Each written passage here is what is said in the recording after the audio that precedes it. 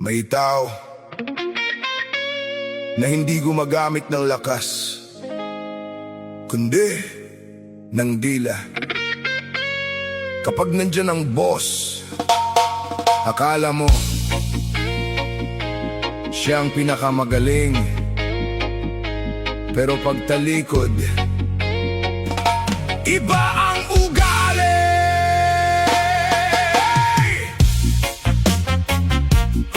Manananay, manananay. Hoy, hoy. Pagpasok pa lang, bitbit ang ngiti. Unang hahanapin mesa ni boss lagi.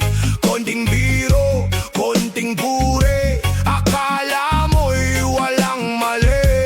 Sa meeting laging nakataas ang kamay, kahit hindi sigurado, gusto laging umangat.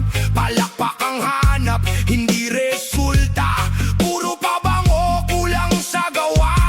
Hindi mo kailangang magpanggap kung kaya mong patunayan. Simsim, lakas ng dila. Simsim, pabor ang habol niya. Simsim, ngiti sa harapan, pagtalikod, iba ang usapan. Brak, brak, brak, brak. Brak, brak, brak. Hey. Hi! Kapag may papuri siya ang nasa unahan, kapag may sablay biglang walang pangalan. Mahilig sa credit kahit hindi kumilos, pero sa trabaho laging tapos. May listahan ng palusot sa bulsa, handa sa bawat oras na may problema.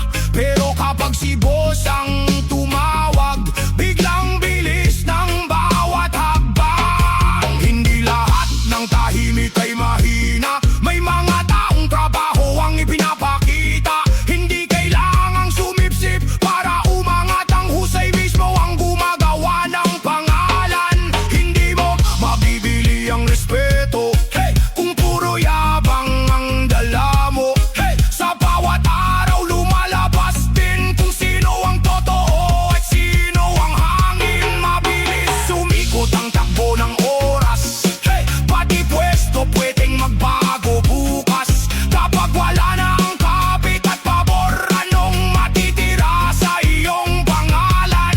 Mas matibay ang taong marunong kumilos kaysa sa bibig na puro papuri. Sa dulo ng laban gawa ang sukatan, hindi ang ingay ng bibig sa harapan.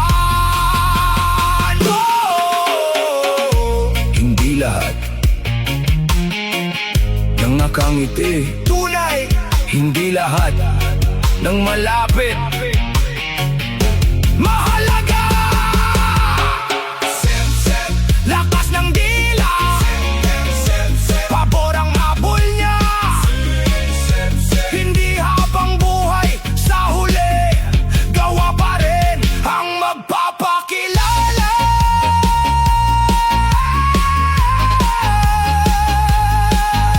Hey!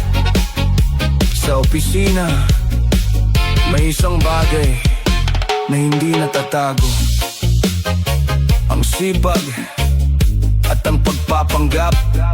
Sa huli, trabaho pa rin ang magsasabi kung sino ka.